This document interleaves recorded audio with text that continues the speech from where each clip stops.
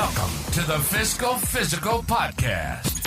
Join us each week as we sit down with the founder of Alchemy Wealth Management and author of Your Fiscal Physical, Ryan Nelson. Tune in to gain valuable insights and practical tips as we simplify complex financial concepts into digestible lessons.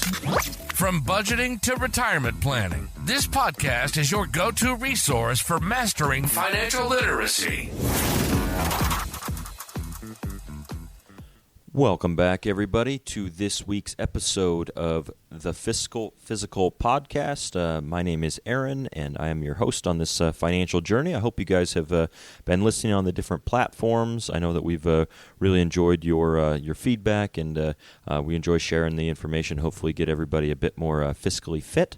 And there's no better person to do that than Ryan Nelson, the founder of Alchemy Wealth Management. I'm going to go out on a limb and say best-selling author. Haven't looked at the numbers, but he is a published author. And Ryan, thanks for joining me today. How you doing? Doing well. And yeah, I don't know how you define best-selling author. I know a lot. It did reach number one in a few categories on Amazon, and I know that's what a lot of people use to define a best-selling book. It feels I don't know. I don't feel like I sold enough copies to even call myself a best-selling author, but I know by the definition that a lot of other people use, I suppose it is. Yeah, and that's all you can, as long as it's listed somewhere as best-selling. I'd already have that on a plaque myself, yeah. But I'm really excited to dive into this week's episode here. Last couple episodes, definitely encourage the listeners to go check it out. We've been diving into Roth IRAs, traditional IRAs, the tax implications of each, and this always just spawns more questions, and so we're going to do a little segue or a little segment here on something that could be beneficial for a lot of people here. So. Question for you to start off with here, Ryan. We've talked about Roth IRAs before, and it seems like I don't want to call it a loophole, but it seems like it's something everyone should take advantage of. But are there limitations to it? Is it like, hey, I'm earning X amount of money. Do I get cut off at a threshold from putting it in? I know that. I would assume the U.S. government has some sort of barriers up for something like this, but I don't know if you can talk a little bit about the limitations or the implications in that regard. Yeah, so I think it's kind of funny too right off the bat, that it almost feels like a loophole to you, because it's funny because there's other people who it would actually be a detriment to do a Roth IRA, right? Yeah. So it really is so individualized where. For some people, a Roth IRA, it's like, oh my God, this just seems so great. It almost feels like a loophole, right? Yeah. And then there's other people who are like, God, a Roth IRA would be terrible for me. I'm way better off doing a traditional IRA, right? Yep. So it really is so personalized, but it's you've probably found the right account type. If it feels like a loophole to you, then that means you've probably done some good due diligence on the front end and figured out which one makes the most sense for you. But yeah, to your point, there are limitations, right? So, I think you asked specifically about Roth IRAs and what are the limitations. So I'd say there's a couple of main limitations to be aware of. First and foremost, the government limits how much money you can put into these. So you can't just go drop $1 million of contributions into a Roth IRA tomorrow. The IRS limits how much you can put in, and right now in the year 2024, the IRS says that you can put in up to $7,000 a year into your IRAs. And that has to be split between your Roth and traditional IRAs. So if you put $7,000 into your Roth IRA, it means you can't put any money into your traditional. If you put $7,000 into your traditional, you can't put any money into your Roth. You could split it any way you want, $2,000 in one, $5,000 in the other, or $3,500 in one, $3,500 in the other. But a combined $7,000 total that can be contributed between traditional IRAs and Roth IRAs. So that'd be one limitation to be aware of is, they don't let you put an unlimited amount of money into these accounts. Right. But that also, I think, stresses the importance of how important it is to contribute to these each year. Because if you miss out, we talked on last week's episode, about, gosh, I wish I would have started contributing to my Roth IRA since age 18.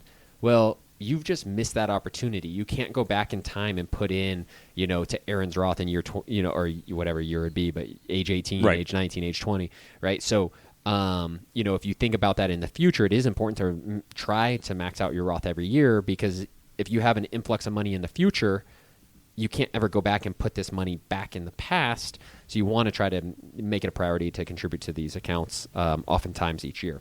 So that'd be one limitation, though. The $7,000, that's for the year 2024, and that's defined by the IRS. You can find all these numbers on the IRS's website. Another, though, important limitation here, and one that I hear talked about far, far less frequently, is what they call the Roth IRA phase-out limit, and it's how much money you can earn and still contribute to your Roth IRA. So if a single person again in the year 2024, if a single person earns more than $146,000, they start getting phased out. So they can only contribute some dollar amount less than $7,000. And at the income of $161,000, that's phased out all the way to zero. So if somebody filing their tax as a single earns $200,000 a year, they would be eligible to put no dollars into their Roth IRA. Okay, gotcha. And then there's a similar phase-out limit for married filing jointly couples that starts at $230,000. So if you earn less than $230,000, you can contribute all $7,000 per couple.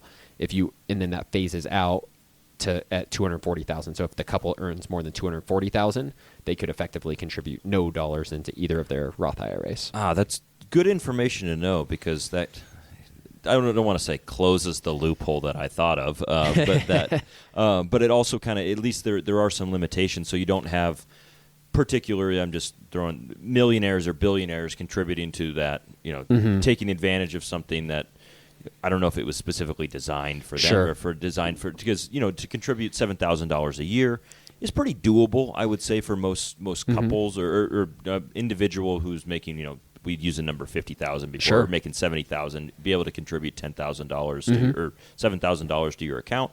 Pretty doable overall. Definitely. And you can definitely see the benefits over the long term, as we discussed with the different, compounding interest in time. But somebody who is, potentially a lot more wealthy than that, I don't know.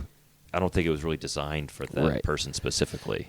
Yeah, it's hard to, how all these laws get passed. It's obviously hard to know all the intent. But yeah, I'm sort of the same belief where, the IRS is allowing these tax exemptions to help us save for retirement.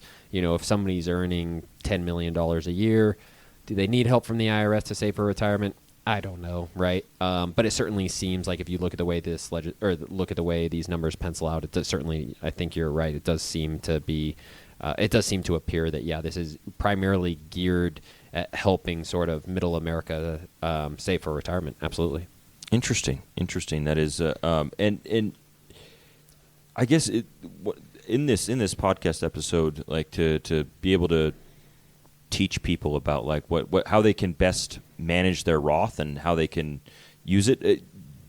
What would you say the best way to do that would be? Like with I know this episode we wanted to talk about the Backdoor Roth, and so what ends up happening is so if somebody was earning, let's take that single person again. Let's say they were earning $200,000 a year, right? Right. The question would be, how can they still contribute to a Roth? They're above this phase-out limit. Are they eligible to put? I mean, I just heard you, Ryan, say that you couldn't put any money into a Roth. Don't have any option at that point. Is what it sounds like on paper. But I'm guessing there's something you can. Yeah. So there are some workarounds there, and you alluded to this earlier. It's called a Backdoor Roth IRA. You'll hear it called some different things: Backdoor Roth IRA contribution, Backdoor Roth IRA conversion. I've heard it be called quite a few different things, but Backdoor Roths. And, what that allows you to do is, in turn, instead of putting money directly into the Roth, you can put it into a traditional IRA and then immediately convert it to Roth. Yeah. So let's think about what that means. So there are similar phase-out limits for traditional IRAs as well. So if I took a single individual, not married, they're filing their taxes as single, and they were earning $200,000 a year, what that would mean is they would have phased out of the Roth contribution, so they couldn't contribute directly to a Roth. They would also phase out for a traditional IRA the ability to get a deduction. So again, if we go back to, I think it was episode 7, where we talked about the differences between traditional IRAs and Roth. A traditional IRA gives you the tax benefit in the year you make your contribution, right? So if this person making $200,000 wanted to make a contribution, they would be earning too much to contribute to the Roth. Also, they'd be earning too much to get a tax deduction when they contribute to a traditional IRA. So what that means is if they contributed to a traditional IRA, they wouldn't get that normal tax deduction that we talked about in episode 7. The whole benefit of why you would do it is that tax deduction, right? They would not get that. They earn too much to get that tax deduction. But you can imagine if they put in, let's say $7,000 into their traditional IRA, they got no tax deduction at all. But then they immediately turn around and just convert it into a Roth IRA, then if we think about the benefits of the Roth IRA, they didn't want the tax benefits this year anyways. They were looking for the long-term tax benefits. So by contributing to their traditional IRA, they didn't get the tax benefits today. They don't care. They didn't want the tax benefits today because they're immediately turning around, converting it to a Roth IRA, and now they're still getting the long-term tax benefits. So this is what we call a backdoor Roth IRA. Again, conversion, contribution, again, you can call it whatever you want. But it's where you're taking, if you're earning more money than the Roth phase-out limit allows, it would be then contributing to a traditional IRA instead of the Roth, and then immediately converting it into a Roth IRA. That is very interesting and good to know that there is that option available. Now, the term, and just to confirm for all the listeners who might be like, hey, that's kind of, the term backdoor normally means like it's normally associated with like a shadiness or like, hey, like, it's okay, but it's frowned upon, whatever it might be. Is that the case here? Is this totally legal? Everyone can do this? Like there's, as long as you file, I'm sure there's stipulations that go with it, I would assume. Yeah, so this is both legal and ethical. So, not only is it legal, it is completely ethical. So the IRS is completely aware that people are doing this. They've given everybody the theoretical thumbs up.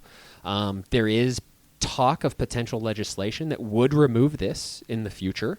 But the IRS is aware of these backdoor Roths. They're on board. They understand that it's legal. They understand that it's ethical. I don't think there's any, legal or ethical concerns with these. That said, I don't know that the ability to do this will last forever. There is talk of legislative change.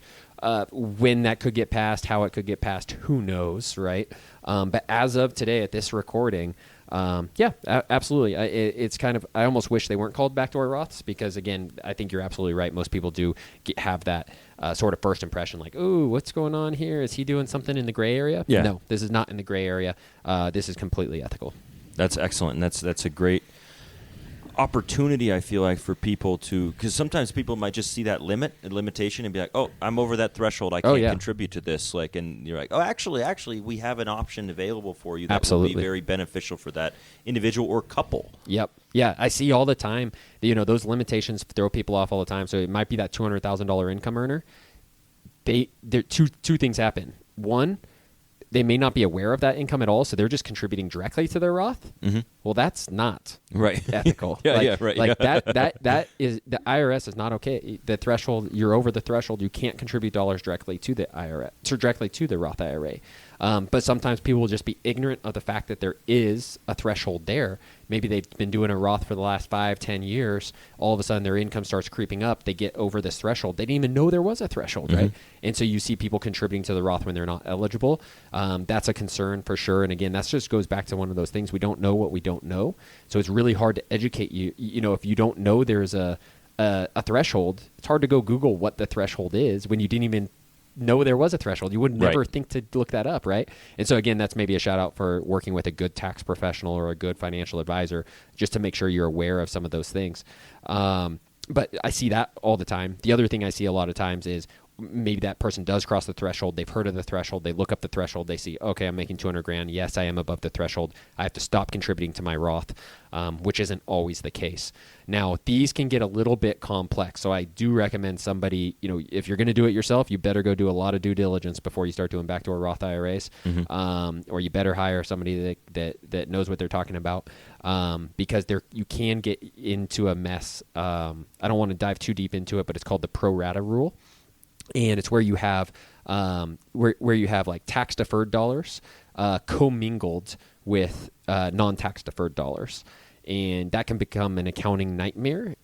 It's technically allowed, but it can become an accounting nightmare down the road that you probably, if you were aware you were doing it, you'd probably avoid doing it. So if you're ever thinking about doing one of these Roth IRA conversions, you're probably best off doing some Googling on the pro rata rule and making sure you've done your own due diligence or hired the appropriate professionals to do it appropriately. Oh, I think that's great. Yeah, I think that's sage advice just in general.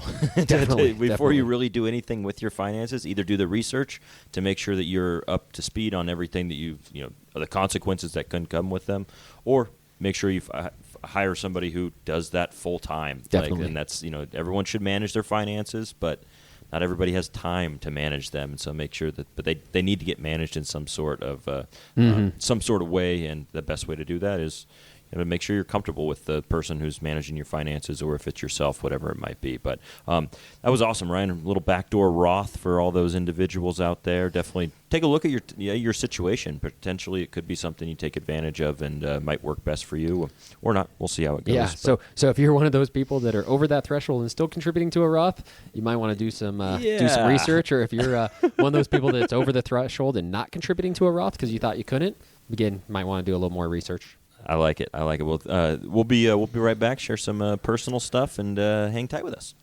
And now to put the personal in personal finance.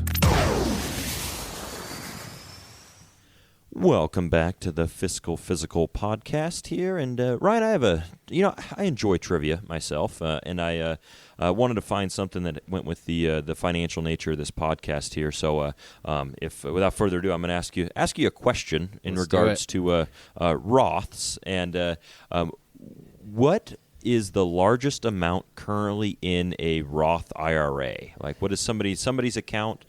What would you say that number is? Yeah, I do believe it's right at about $5 billion. And that is an astronomical amount of money. And it to think about, because we just went over the contribution limits of being $7,000 a year, right? And but how the heck do you get that to $5 billion? Exactly my question. Like I'm curious. Like I Googled this and I had to Google like 7 times because I thought it was a misprint. Yeah, it's crazy. Yeah. So I mean, we talked in it might have been episode 7 about Roth IRAs, where we said that they, the first time you can contribute to a Roth IRA was 1998, and you can only contribute, in the scheme of $5 billion, you can only contribute a small number of dollars each year, right? Yeah. And so I'd say there's kind of 2 things here. First, let's do a little education, then we can circle back to this question. But so there's 2 important things to realize. Is one, there's a difference. We talked about contributions and conversions in some of the previous episodes. So like that $7,000 contribution limit, that's the most you can contribute, like say from your checking account or savings account, into a Roth IRA. We had an episode, was it episode 8, I think it was, on Roth conversions. Mm-hmm. And that we talked about, in that one we use an example of somebody who had maybe $100,000 being able to convert that from traditional IRA to Roth. So there's just 2 things to note there is sometimes people will have these large Roth IRA balances, and you're like, how would you have gotten that much money in Roth? Yeah. Well, it could have been somebody contributing to a 401k, putting in $20,000 a year for the last 40 years, mm-hmm. building up this huge tax-deferred account, and then converting that to Roth, mm-hmm. right? So you could build up this large amount of money. There's no limit on how much you can convert into Roth, only how much you can contribute to Roth. Just the bigger amount you convert to Roth, you just have to pay taxes on all that money. Sure. So if you had $1 million traditional IRA and you want to convert all $1 million to Roth, well, that's $1 million of taxable income this year. Yeah. If for some reason you want to do that, you'd be eligible to do it, and now you'd have $1 million Roth, right? So oftentimes you can get more money into these Roths than a lot of people think through these conversion strategies and backdoor Roth IRAs and these contributions. But in this exact scenario, really, to get to $5 billion, that's still on another level. And again, I don't know the exact story, but as at least the legend goes, I can't remember the gentleman's name, but he was, I think, one of the founders of PayPal, and he put some of like the founding shares into his Roth IRA. Back at that time, this was like 20 years ago. He could only contribute like $3,000 or $3,500 or something a year to the Roth at that time. But he put in these, again, founding shares or something of, I think it was PayPal, and PayPal just took off, right. And it became, his stake in it became worth $5 billion. And so that's all in the Roth, and it's all tax free. So now he got, think about that, like almost entirely, all of that growth is almost entirely growth. Right. That he got tax free. Otherwise, he would have had to pay taxes on that $5 billion. So I don't know the exact details of that story, but again, that's kind of a well-known legend in the industry. Yeah, to be able to have the, you talk about it like, oh, cool, yeah, everybody contribute to your Roth. Like we did the mathematical equation, like, hey, if you were 18 and you did it, you'd have like 2 point something million. Right. And this guy, and yeah. Peter Thiel, I think his name is, he has $5 billion, and you're like, wait a minute. I'm doing something wrong. Yeah. It's impressive. Need to explore that a bit more. But there's just a fun fact for the listeners. Yeah, out super there, fun. So. That's a fun story always. Yeah. But awesome. Well, I appreciate it, Ryan, as always. Thanks so much for the listeners checking us out here. With this information, it can be a bit high level, but hopefully we're able to break it down in terms that you can, you guys can understand. And once again, if you have any questions, please send us an email, send us a text message, whatever it might be. podcast@alchemywealth.com is the email address, or just let Ryan or myself know if there's something you want us to cover, and we'd be happy to do so. Awesome. I love it. All right, Ryan, want to leave the listeners with the potentially the best quote ever created? Yeah, right. Well, yeah, stay the course. Thank you for joining us for the Fiscal Physical Podcast. Until next time, happy listening, and as always, stay the course. If you have a question or topic suggestions, please email us at podcast@alchemywealth.com. If you enjoyed today's discussion, subscribe to the podcast to ensure you never miss an episode, and consider leaving us a rating and review on your favorite platform. This helps other listeners like you find the show. For more resources, you can visit Alchemy Wealth Management's website at www.alchemywealth.com, or find your Fiscal Physical, the book, on Amazon. We'd be remiss if we didn't mention that personal finance is just that, personal. Please don't take anything we say as advice. The preceding content is for informational and entertainment purposes only. It's not an offer or a solicitation, nor should it be construed or relied upon for tax, legal, or investment advice. It doesn't consider your personal financial situation or objectives, and may not be suitable for you.